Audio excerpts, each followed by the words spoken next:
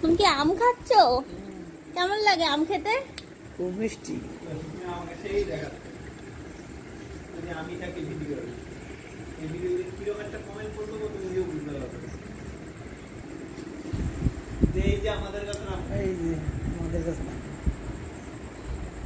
এই যে খেতে ভারী মজা।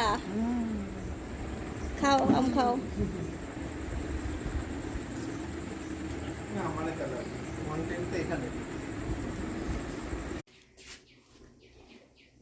এক কড়াই আম জাল দেওয়া হচ্ছে, দেওয়া হবে আমসত্ত্ব।